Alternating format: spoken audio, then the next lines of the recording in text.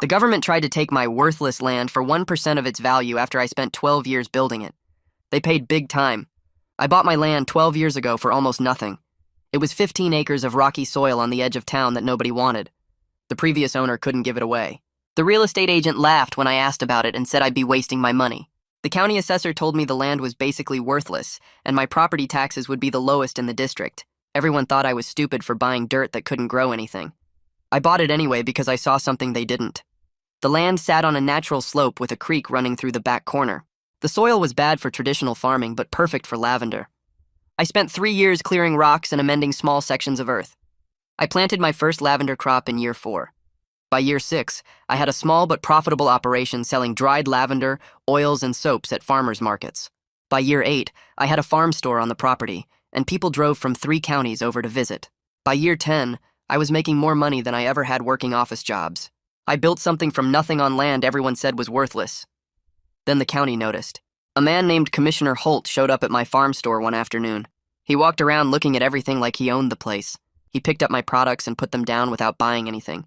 He asked how business was going. I told him it was fine. He said he was surprised anyone could make money off this land. He said the county had been watching my progress with interest. I didn't like the way he said interest. 2 weeks later, I got a letter saying the county was reviewing property lines in my area. They claimed there might be errors in the original survey from decades ago. They said my property might actually be smaller than the deed indicated. They said some of my land might technically belong to the county. I called the assessor's office and asked what was going on. A woman told me these reviews happen sometimes and I shouldn't worry. I worried anyway. I pulled out every document I had from when I bought the land. The survey was clear. The property lines were clear. The deed was clear. Nothing had changed in 12 years except that my worthless land was now worth something. A month later, Commissioner Holt came back with 2 other officials. They walked my property without permission and took notes. When I asked what they were doing, Holt said they were just verifying some information. He said the county was considering a new road project and my land might be in the path. He said eminent domain was always an option, but they preferred to work with property owners. He smiled when he said it like he was doing me a favor. I asked what they were offering. He said they'd give me what I originally paid for the land plus a small adjustment for improvements. That was less than 1% of what my farm was now worth. I told him that wasn't acceptable. He said I should think carefully about my options. He said fighting the county was expensive and usually pointless. He said most people just took the deal and moved on. I didn't take the deal. Instead, I started asking questions around town. I found out Commissioner Holt's brother-in-law was a developer who had been buying up land on the other side of my property. I found out the proposed road would connect that land to the main highway, making it perfect for a shopping center. I found out Holt had been pushing this project for 2 years, but couldn't make it work because my farm was in the way. The county didn't need my land for a road. They needed my land so Holt's family could make millions. I stopped being cooperative. When the county sent surveyors, I told them they needed written permission to enter my property, and I wasn't giving it. When they threatened legal action, I told them to go ahead. When Holt called me personally to discuss a reasonable solution, I hung up on him. Then I started making their lives difficult. I applied for every permit and protection I could find. Historic agricultural designation, environmental watershed protection because of my creek, small business development grants that came with strings about land use. I got my farm classified as an agritourism destination, which added another layer of regulations about what the county could do nearby.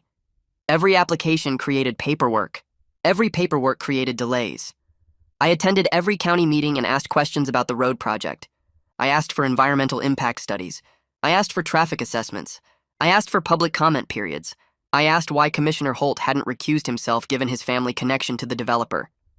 I never accused anyone of anything. I just asked questions and watched them squirm. Other landowners started paying attention.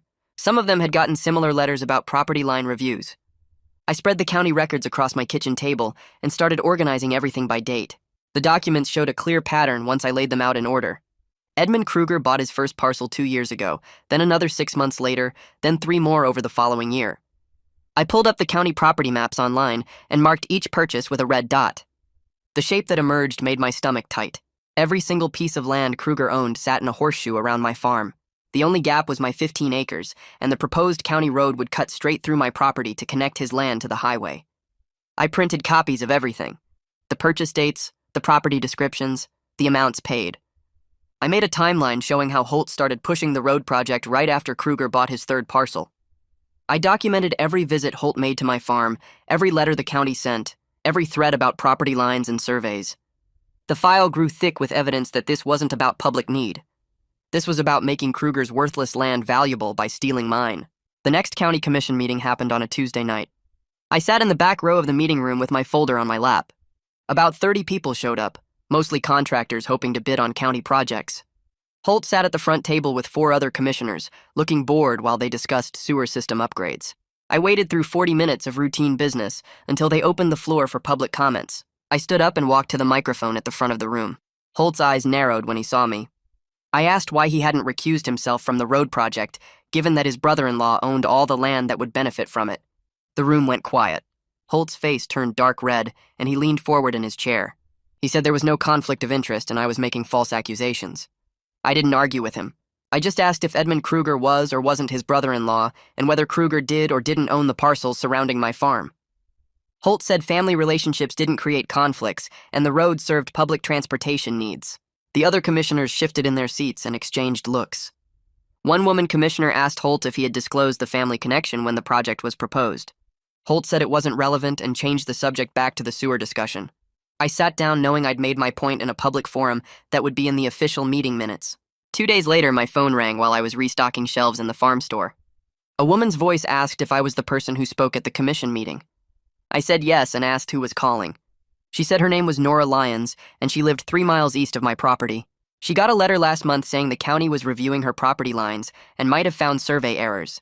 The letter used almost the same language as mine. She attended Tuesday's meeting after seeing the agenda included discussion of the road project. When I asked about Holt not recusing himself, she recognized the same pressure tactics the county used on her family. We agreed to meet at her place the next morning to compare what the county had sent us. Nora's land was smaller than mine, only 8 acres, but she ran a successful tree nursery selling native plants. We sat at her kitchen table and laid out our letters side by side. The wording was nearly identical. Both mentioned possible survey errors. Both suggested our property might be smaller than our deeds indicated. Both came from the same office in the county administration building. Nora said a county official visited her property 2 weeks ago and walked around taking notes without permission. He told her the county might need an easement for utility access. She asked around town after getting suspicious about the timing. 4 other landowners told her they'd received similar letters or visits in the past 6 months. All of them owned property that would affect Kruger's development plans if the road went through. One family owned land where the road would need to curve. Another owned the parcel where the road would connect to the existing highway. We realized Holt wasn't just targeting me. He was running a systematic campaign against everyone who stood in the way of his brother-in-law's project. 3 weeks after my conversation with Nora, a certified letter arrived at my farm. The county filed formal eminent domain proceedings against my property. The legal language claimed urgent public need for transportation infrastructure to serve growing community requirements. They cited traffic studies and economic development projections. The notice gave me 30 days to respond, or the county would move forward with seizure and compensation based on their assessment. I read through the documents twice, feeling the situation shift from harassment to real legal threat. This wasn't Holt making threats anymore. This was official court action that could actually take my land. I knew I needed a lawyer who specialized in fighting eminent domain abuse, not just someone who handled general property cases. I started searching online for attorneys who'd won against counties trying to abuse their power. I found Rajesh Norwood's name on a property rights advocacy website. His profile said he'd handled 3 cases where counties attempted eminent domain seizures for private development projects. He won 2 of those cases and got a major settlement in the 3rd. I called his office and got through to him the same day. He asked me to explain the situation from the beginning. I told him about the 12 years building my farm, Holt's visits, the insulting offer, the family connection to Kruger, and now the formal proceedings. He asked specific questions about my creek and the watershed. When I mentioned I had environmental protection designation for the creek, he got quiet for a moment. Then he said the county's environmental impact study was suspiciously brief for a project that would affect a protected watershed. He asked me to send him everything I had about the creek, the watershed boundaries, and any documentation of the environmental protections I'd secured. He also wanted copies of all my permits, the property survey, and every communication from the county. Rajesh spent 2 weeks reviewing everything I sent him. Then he called and said he was ready to file our response. He would challenge the eminent domain on 3 main grounds. First, insufficient documentation of genuine public need since the road primarily benefited private development. Second, incomplete environmental review that ignored the watershed impacts. Third, conflict of interest given Holt's family connection to the main beneficiary. He also planned to request all communications between Holt and the county legal team to expose coordination with Kruger. The filing would cost $8,000 up front for court fees and initial legal work. I sat at my kitchen table looking at my bank account. $8,000 was a huge amount of money, but losing my farm would cost me everything I'd built over 12 years. I told Rajesh to file the response. A week after Rajesh filed our legal response, my phone rang with a number I didn't recognize. A woman said her name was Dorothea Parks, and she was a reporter with the county newspaper. She'd seen the eminent domain filing in the public records and wanted to ask me some questions. I almost hung up because I didn't trust reporters not to twist everything around. But she said she'd been following Holt's projects for years and suspected corruption, but never had enough evidence to publish anything substantial. She knew about Kruger buying land. She knew about the road project. She just needed someone willing to go on record with documentation. I said I'd meet her, but not at my farm where people might see us together. We agreed to meet at a coffee shop 2 towns over the next afternoon. Dorothea showed up with a notebook and a small camera. She was maybe 50 years old with gray hair and sharp eyes that missed nothing. I brought my complete timeline showing Kruger's land purchases matched to dates when Holt pushed the road project forward. I showed her copies of the letters other landowners received. I gave her the timeline of Holt's visits to my property and the insulting offer he made. She took notes on everything and photographed each document with her camera. She asked tough questions about my sources and how I knew certain facts. She wanted to verify everything independently before publishing anything. I liked that she was skeptical instead of just taking my word for it. She said she'd need 2 weeks to confirm property records and interview other sources. Then she'd write something that would make the county very uncomfortable. The county hit back fast.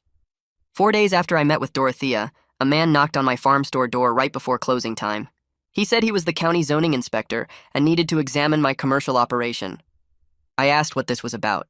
He said they'd received a complaint that my farm store violated commercial use restrictions for agricultural land. I pulled out my agritourism permit and my business license. Both documents clearly showed I was operating legally within the permitted scope. He looked at the papers and said he'd still need to review whether my operation exceeded the permitted scale. He walked around the store counting shelves and measuring square footage. He asked how many customers I got per day and whether I employed anyone. I answered his questions while knowing exactly what this was. This was harassment designed to create expensive problems while the eminent domain case moved through the courts. This was Holt trying to pressure me from multiple directions at once. The inspector said he'd file his report within 30 days, and I might need to apply for additional permits or scale back my operation. I watched him leave and added his visit to the growing file of county abuse I was documenting for Rajesh and Dorothea. I started making calls the next day. Rajesh picked up on the second ring and listened while I explained the zoning inspector's visit. He asked me to send photos of my permits and business license, which I did within the hour. 3 days later, he filed a motion to dismiss the county's eminent domain case entirely. The motion argued the county failed to show genuine public need and skipped required environmental studies for my creek. Rajesh included statements from 2 environmental experts who reviewed my property and said the watershed was more important than the county admitted. He told me we wouldn't get a hearing for 6 weeks, but at least we were attacking instead of just defending. The motion cost another $4,000, which hurt my bank account, but I paid it because doing nothing would cost me everything. I called Nora and the other landowners I'd met and invited them to my farm store for a meeting. 7 people showed up on a Tuesday evening after I closed. We sat around the store talking about what the county had done to each of us. Everyone had similar stories of letters, threats, and pressure. A man named Tom said the county told him his barn violated setback rules even though it had been there for 30 years. A woman named Sarah got a letter saying her well might be contaminating groundwater, which was impossible since she'd had it tested twice. We decided to form a group to share information and split legal costs when possible. Everyone agreed I should be the main person talking at commission meetings since my case was furthest along and I'd already made myself visible. We exchanged phone numbers and promised to keep each other updated on any new county actions. Dorothea's article came out 4 days later on the front page of the county section. The headline read, "County Road Project Linked to Commissioner's Family Business Interests." She laid out the timeline of Edmund Kruger buying land around my property and showed how the dates matched when Holt pushed the road project forward at commission meetings. She included quotes from public records and commission meeting minutes. She never directly accused anyone of corruption, but she didn't need to. The facts told the story clearly enough that anyone reading could see what was happening. My phone started ringing within an hour of the paper hitting doorsteps. Neighbors I hadn't talked to in years called to say they had no idea the county was doing this. People from town called asking how they could help. 3 different customers came to the farm store specifically to buy products and show support. 2 county commissioners showed up at my farm store the next afternoon. I recognized them from meetings but had never spoken to either one directly. They introduced themselves and asked if we could talk privately. I locked the front door and led them to the back room where I did packaging. They said they wanted to discuss settlement options. They claimed they didn't know about Holt's family connection to Kruger until they read Dorothea's article. They said the county was worried about legal problems and bad publicity. I asked what kind of settlement they had in mind. They said the county might be willing to drop the eminent domain case if I agreed not to sue for damages. I told them I'd consider settlement only if it included dropping all proceedings against me and investigating how this project got approved without anyone noticing the obvious corruption. They said they'd take that back to the other commissioners and get back to me. Holt showed up at my farm 3 days later while I was working in the lavender fields. I heard a car door slam and looked up to see him walking toward me. His face was red and he was moving fast. He started yelling before he got within 10 feet of me. He said I was making a huge mistake by fighting the county and talking to reporters. He said I was causing problems for important projects that would help the whole community. He said accidents happen on farms all the time, and it would be a real shame if something happened to my business or my property. I pulled my phone out of my pocket and started recording. I told him he was threatening me, and he needed to leave my property immediately.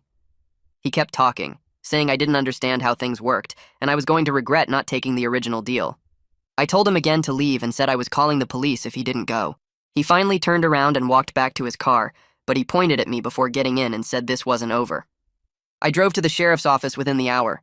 A deputy named Anderson took my statement and listened to the recording on my phone. He made notes and asked specific questions about what Holt said and when he said it. He told me he'd forward everything to the district attorney and suggested I file for a restraining order. I called Rajesh from the parking lot and told him what happened. He said to send him the recording immediately, and he'd file for the restraining order that afternoon. He also said he'd add the threat to our eminent domain defense as proof that Holt had personal motivation instead of public interest. The recording showed Holt was trying to intimidate me into giving up, which proved the county's case wasn't really about transportation needs. Rajesh called me 2 weeks later with unexpected news.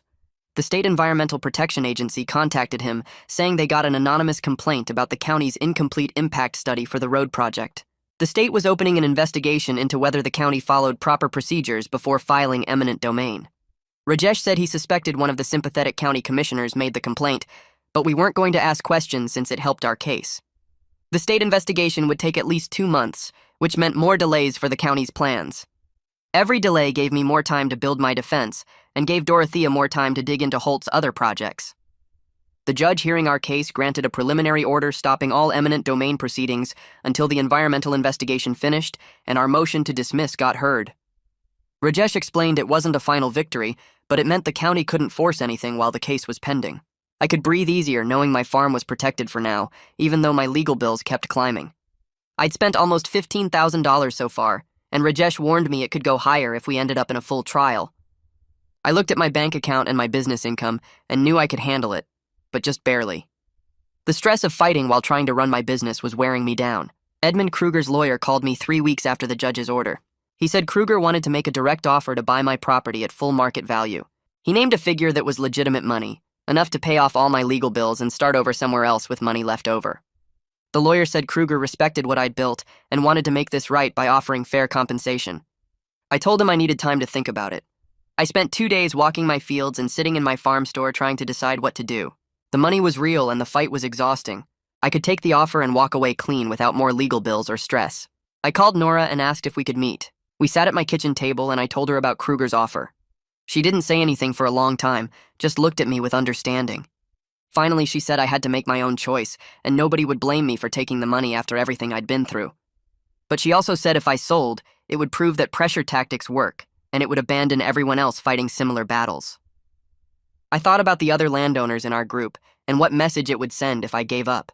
I thought about the 12 years I'd spent turning worthless rocks into profitable lavender fields. I thought about letting corrupt officials win just because they made things difficult. I called Kruger's lawyer the next morning and told him no deal. I said my land wasn't for sale at any price and I was prepared for the long fight. He said I was making a mistake, but I knew I was making the only choice I could live with. Dorothea's second article hit the front page 3 weeks after her first one. This time she didn't just focus on my case. She'd tracked down 3 families in neighboring districts who sold their land to the county over the past 5 years after similar pressure campaigns. None of them knew about the family connections between their local officials and the developers who ended up with their property.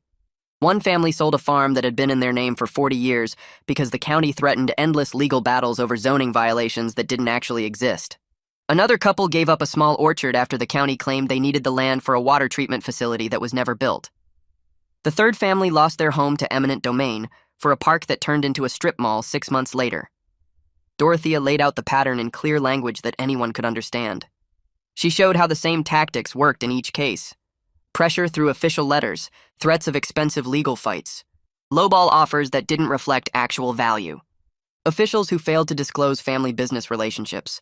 The article included photos of the families and their former properties. It showed documents proving the connections between county officials and developers. It made the corruption impossible to ignore or explain away as coincidence. My phone started ringing before I finished reading the article. Nora called first asking if I'd seen it. 2 other coalition members called within minutes. A reporter from the state capital's newspaper called wanting to interview me about the broader pattern. The county's lawyer called Rajesh demanding a retraction, which told me they were scared about how bad this looked. The article changed everything because it proved this wasn't just about my farm or my fight with the county. It was about a system of corruption that had been running for years, while regular people lost their property and their livelihoods. 4 days after Dorothea's second article published, Rajesh called me with news that made my hands shake. The state attorney general's office was opening an investigation into county land acquisition practices. They'd reviewed both of Dorothea's articles and the environmental agency's findings about the incomplete impact study. An investigator named Grayson Wolf had already contacted Rajesh, requesting copies of all our documentation. Rajesh said the investigation would examine more than just my eminent domain case. They were looking at the entire history of land acquisitions during the time period when the officials involved held office. That meant every deal, every purchase, every project that involved taking private property for supposed public use. Wolf wanted my timeline showing Edmund Kruger's land purchases. He wanted the county's initial offer documents. He wanted the recording of the threats made at my farm. He wanted everything we'd gathered showing the connection between officials and developers. Rajesh spent 2 days organizing files and making copies of everything. He said state investigations like this usually took months, but the Attorney General's office seemed motivated to move quickly given the media attention. The investigation gave us leverage in our legal case because it raised serious questions about whether the county had legitimate authority to proceed with eminent domain. More importantly, it meant people with real power were finally paying attention to what had been happening in our county for years. The county commission called an emergency meeting 6 days after the state investigation was announced. I sat in the public gallery with Nora and 3 other coalition members. The room was packed with reporters and concerned citizens who'd read Dorothea's articles. The 4 commissioners who weren't connected to the scandal looked uncomfortable as they took their seats. They voted 4-1 to suspend the road project pending completion of the state investigations. The vote came after 2 hours of public comment where person after person stood up to talk about county overreach and corruption. One woman talked about losing her family's land 5 years ago. A man described being pressured to sell at below market value. A business owner explained how county officials threatened to revoke his permits unless he cooperated with a development project. When the vote came, only 1 commissioner voted against suspension. He stood up after the vote and accused his colleagues of betrayal and cowardice. He said they were destroying years of careful planning for the county's future. He said they were letting a few troublemakers derail important economic development. He gathered his papers and walked out of the meeting while people were still talking. The suspension didn't end my legal case automatically, but it removed the supposed justification for taking my land. If there was no road project, there was no public purpose for eminent domain. Rajesh said the county could still try to argue they needed my property for future planning, but their position got weaker every time another piece of evidence came out. 3 days after the emergency meeting, the county commissioners held another session to discuss what they called administrative matters. I watched from home on the county's live stream because I needed to work at the farm. The 4 commissioners who'd voted to suspend the road project moved to place their colleague on administrative leave while the ethics investigation proceeded. They cited the ongoing state investigation and the need to maintain public trust in county government. The motion passed 4-0 because the person being placed on leave couldn't vote on his own administrative status. He was still technically a commissioner, but he couldn't participate in meetings or votes until the investigation finished. The local television news led with the story that night. The state newspaper ran a feature about small county corruption. Suddenly, everyone in the county knew about what had been happening. My farm started getting visitors who said they wanted to show support by buying products. People drove out specifically to purchase lavender soap and dried flowers because they'd read about my fight. A woman told me she was proud that someone had stood up to government overreach. A man said he'd been worried about losing his own property, and my case gave him hope. Business actually improved during what should have been the most stressful time of my life. I hired a part-time worker just to handle the increased traffic at the farm store. The irony wasn't lost on me that the county's attempt to take my worthless land had turned my farm into a symbol of property rights that attracted customers from across the region. Our coalition held a meeting at Nora's house 2 weeks after the administrative leave decision.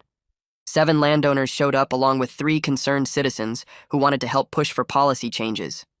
We'd won important battles, but we knew the fight wasn't over until we changed the rules that had allowed the corruption to happen.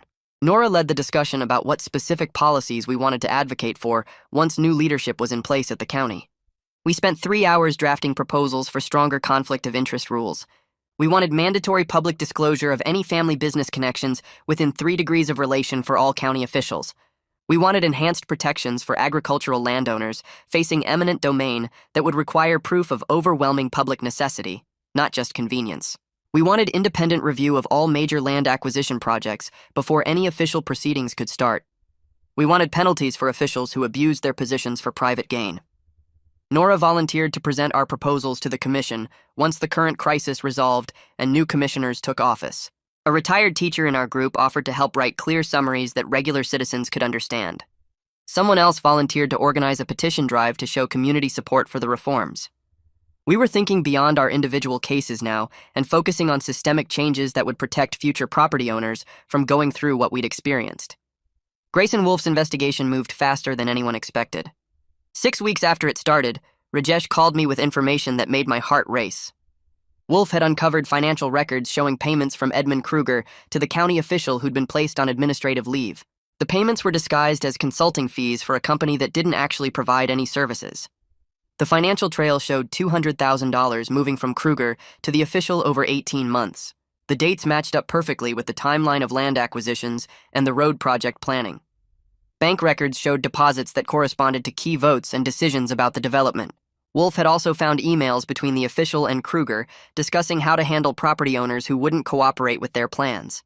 The evidence was clear enough that the Attorney General's office was preparing criminal charges. Rajesh said they were looking at corruption, bribery, and abuse of office. Each charge carried potential prison time if convicted. The news broke on the state wire service that afternoon. By evening, every major newspaper in the state was running stories about county corruption and bribery charges. My phone rang constantly with reporters wanting comments. I told them all the same thing. I was glad the investigation had uncovered the truth, and I hoped justice would be served for everyone who'd been hurt by the corruption. The judge hearing our eminent domain case scheduled a hearing 2 weeks after the criminal charges were announced. Rajesh and I sat at our table, while the county's lawyer stood up to explain why they were withdrawing their case entirely. The lawyer said the county no longer wished to pursue eminent domain, given the changed circumstances and ongoing investigations. He said they recognized the project lacked sufficient public purpose justification. He said the county wanted to resolve all outstanding matters and move forward with clean governance. The judge asked if I agreed to the dismissal. Rajesh stood up and said we did, with the understanding that the dismissal was with prejudice, meaning the county couldn't refile the same claim later. The judge ruled that the county had failed to demonstrate legitimate public purpose and noted the ongoing criminal investigation into the project's origins. He dismissed the case entirely and wished me well with my farm. Rajesh shook my hand as we left the courtroom. I felt 12 years of anxiety lift off my shoulders in that moment. The land I'd built from nothing was officially mine without any government claims against it. Nobody could take my farm anymore.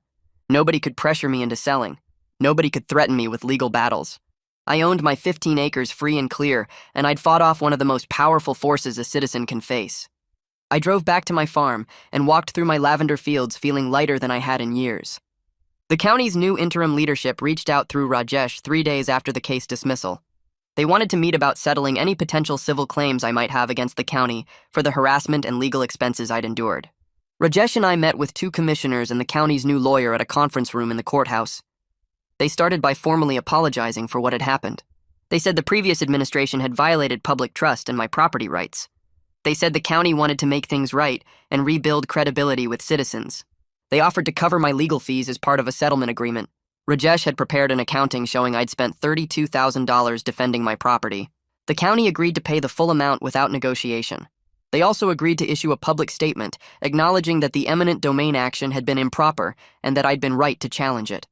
I accepted the settlement because the money would remove the financial burden that had been crushing me for months. I also accepted because I wanted to give the new county leadership a chance to prove they were different from what came before. I told them I appreciated their willingness to take responsibility for cleaning up the corruption. Rajesh drew up the settlement documents and the county cut a check within a week. I deposited $32,000 back into my farm account and felt like I could finally breathe again without worrying about legal bills. The former county official resigned before the ethics board could vote to remove him. His lawyer released a statement saying he was stepping down to focus on his legal defense and didn't want to distract from county business. The resignation came 2 days before a scheduled ethics hearing that would have been public and embarrassing.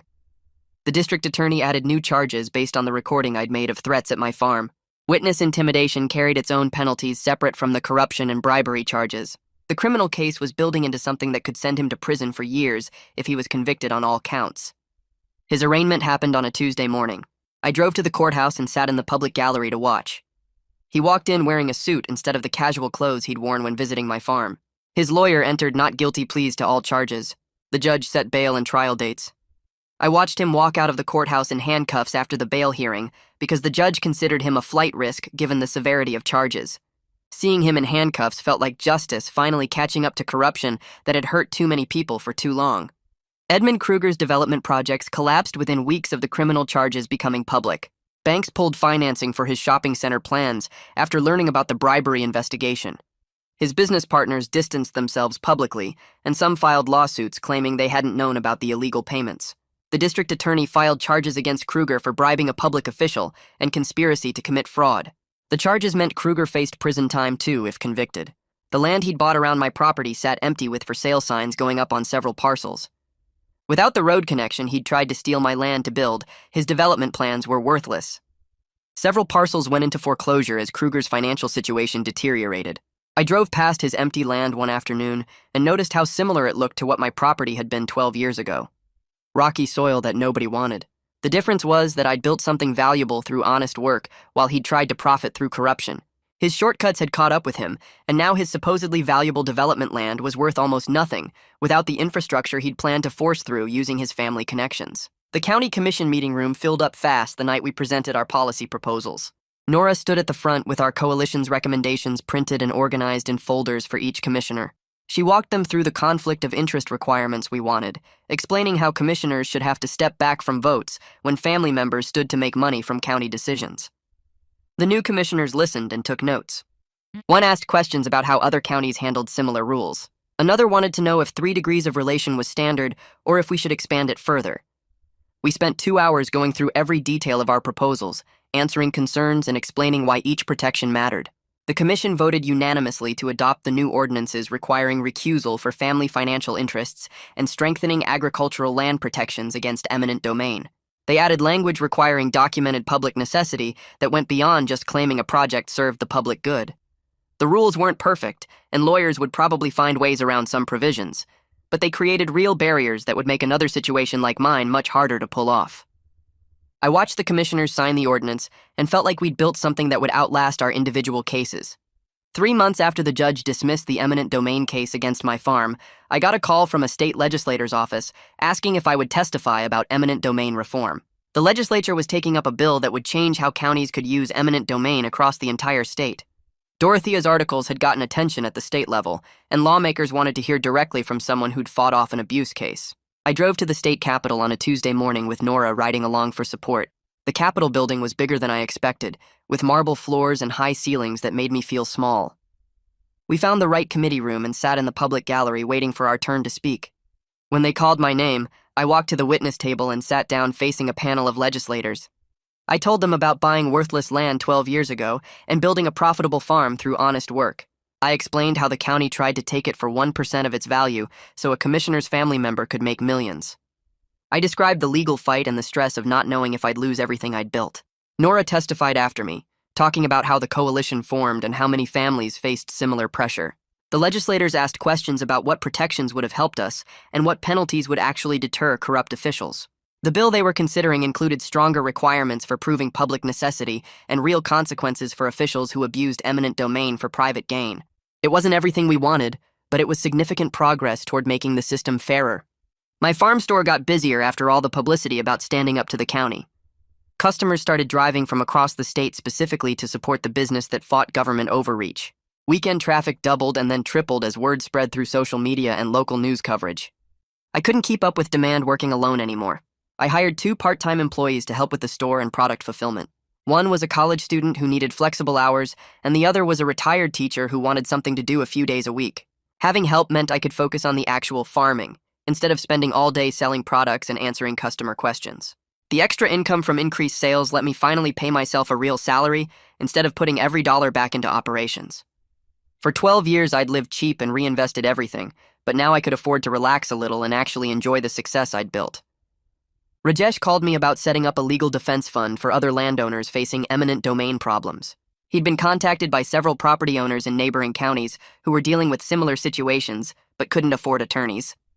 We organized a fund with initial donations from coalition members and supporters who'd followed my case through the news coverage. The fund would provide free initial consultations so landowners could understand their rights and options. It could also help cover filing fees and basic legal costs for people who qualified based on income. Rajesh volunteered to handle consultations pro bono for the first year to get the fund established. We set up a simple website explaining how to apply for assistance and what kinds of cases the fund could help with. It felt good turning my experience into something practical that could help others fight back against government abuse. The fund wouldn't solve every problem, but it would give some people a fighting chance who otherwise would have just given up and taken whatever the county offered. Dorothea won the State Journalism Award for her investigation into county corruption. The award ceremony happened at a hotel conference center with reporters and editors from newspapers across the state. I went to watch her accept the award and listened as she gave a speech thanking sources who trusted her with their stories despite risks. She mentioned me by name and talked about how willing I was to go public, even though it made me a target for retaliation. The recognition brought more attention to eminent domain abuse as a serious issue that needed investigation and reform. Several newspapers from other parts of the state hired Dorothea to train their reporters on investigating local government corruption. She started traveling to give workshops on document analysis and cultivating sources in government offices. Her career took off in ways that helped spread knowledge about holding officials accountable, and I was glad my willingness to talk to her had contributed to that success. The newly elected county commissioners held a public meeting to present their transparency plans and get community input on future development. They invited me to speak about protecting agricultural landowners and respecting property rights. I kept my remarks short, maybe 5 minutes total. I talked about how government power should serve citizens instead of enriching officials and their families. I emphasized that development could happen without trampling on people who'd invested years building legitimate businesses on land they owned legally. The commissioners seemed genuinely interested in doing better than their predecessors, and the public meeting format was already an improvement over how things used to work.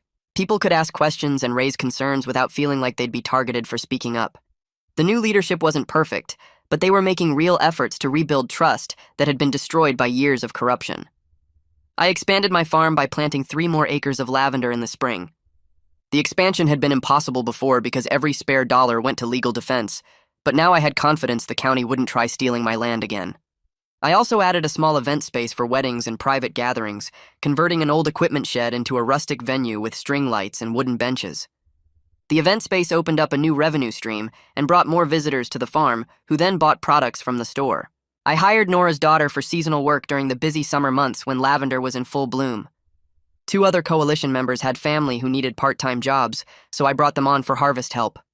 Having a crew meant I could handle the expanded operations without killing myself working 16-hour days. The farm was growing into something bigger than I'd originally imagined, and it felt amazing to build that growth on a foundation that was finally secure. The trial for Holt ended with convictions on 4 corruption charges.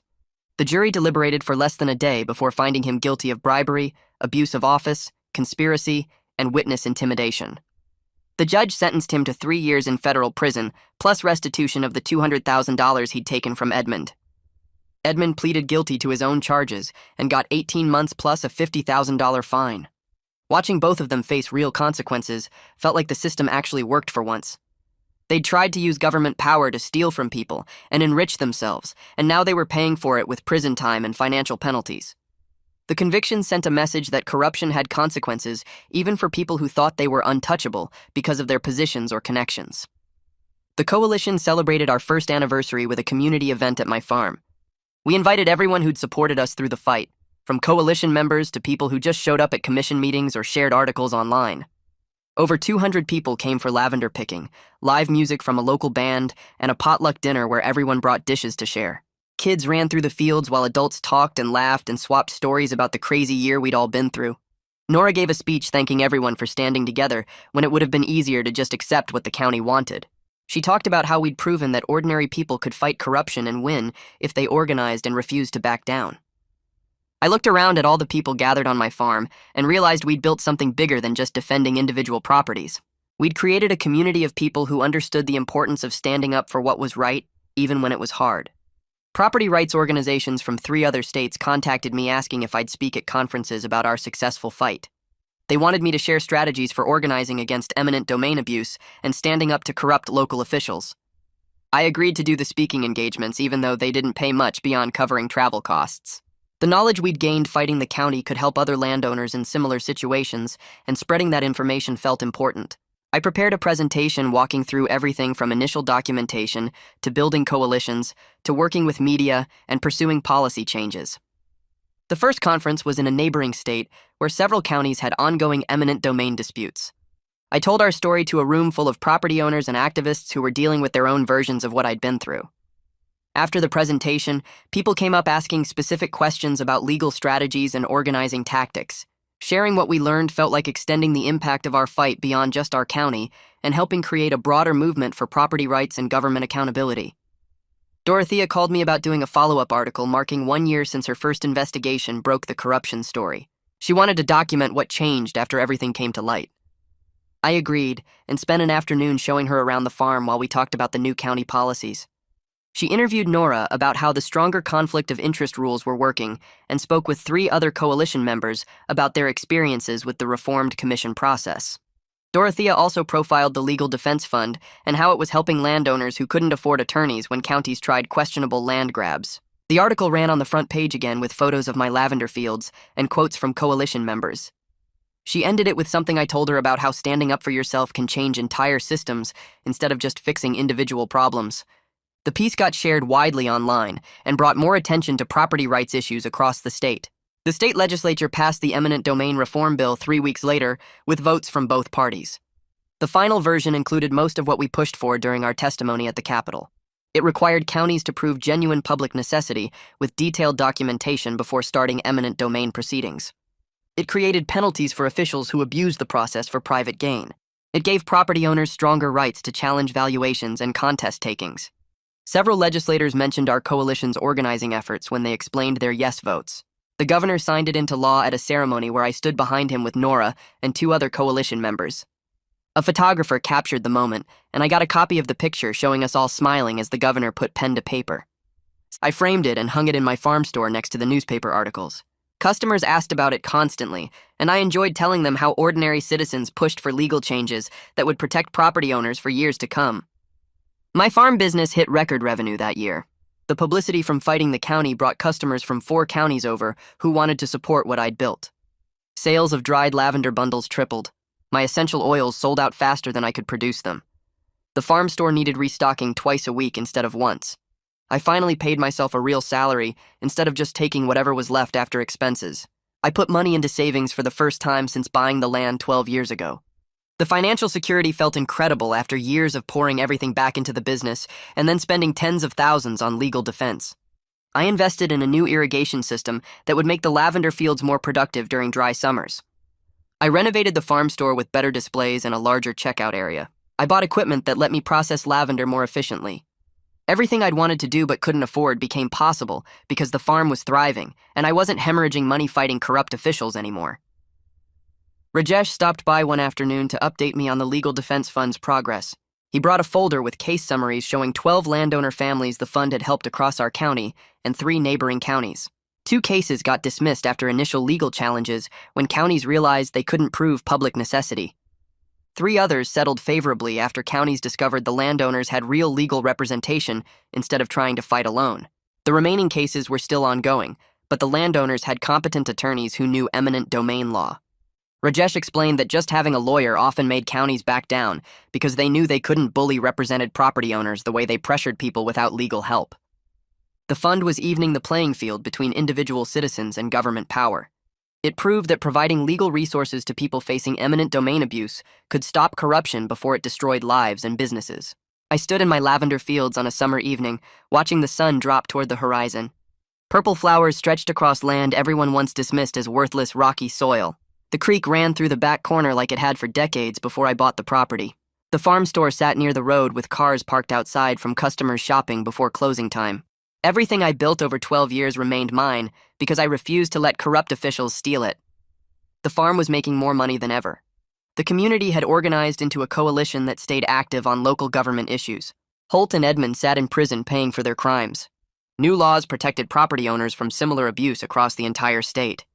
What started as one person defending 15 acres turned into a movement proving ordinary citizens could fight government corruption and win. My land was secure. My business was successful. I helped create lasting change that would protect people for generations.